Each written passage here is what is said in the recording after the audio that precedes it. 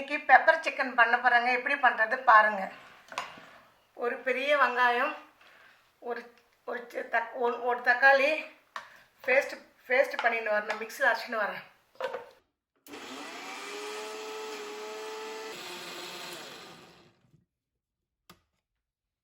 Chicken wash பண்ணி வச்சுருந்தாங்க. சின்ன சின்ன பீஸாக போட்டுக்கணும். ஒரு போன்லெஸ் சிக்கன் இது. இஞ்சி பூண்டு 1 டீஸ்பூன். இந்த தக்காளி வெங்காயம் அரைச்சி வச்சுருக்கேன். நான் அதுக்கு இது பண்ணுறேன். அரைச்சி வச்சுருக்குது போடுறேன். ஒரு 1/2 டீஸ்பூன் மஞ்சள் பொடி, 2 டீஸ்பூன் மிளகா பொடி, தேவைக்கேற்ற உப்பு. சிக்கன் 1/2 hour ஊற வைக்கணுங்க. ஊற வச்சுட்டு பெப்பர் பை பண்ண போகிறேன். பாருங்கள் எப்படி பண்ணுறது பாருங்கள். 1/2 hour ஆயிடுச்சுங்க. சிக்கன் பெப்பர் பைக்கு எண்ணெய் ஊற்றுறேன் பாருங்கள். ஆயில்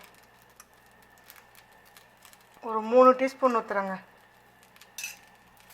எண்ணெய் காஞ்சிந்து ஒரு 1/2 டீஸ்பூன் சோம்பு, 2 பட்டை, பூவு, ஜாதி பூவு, சிக்கன் ஊற வச்ச சிக்கன் எல்லாம் போடணும். இஞ்சி பூண்டு கூட தக்காளியில் அரைச்சிக்கலாம். நான் பேஸ்ட்லேருந்து எடுத்து போட்டேன். அந்த ஸ்லோவாக வச்சு ஃப்ரை பண்ணோம்.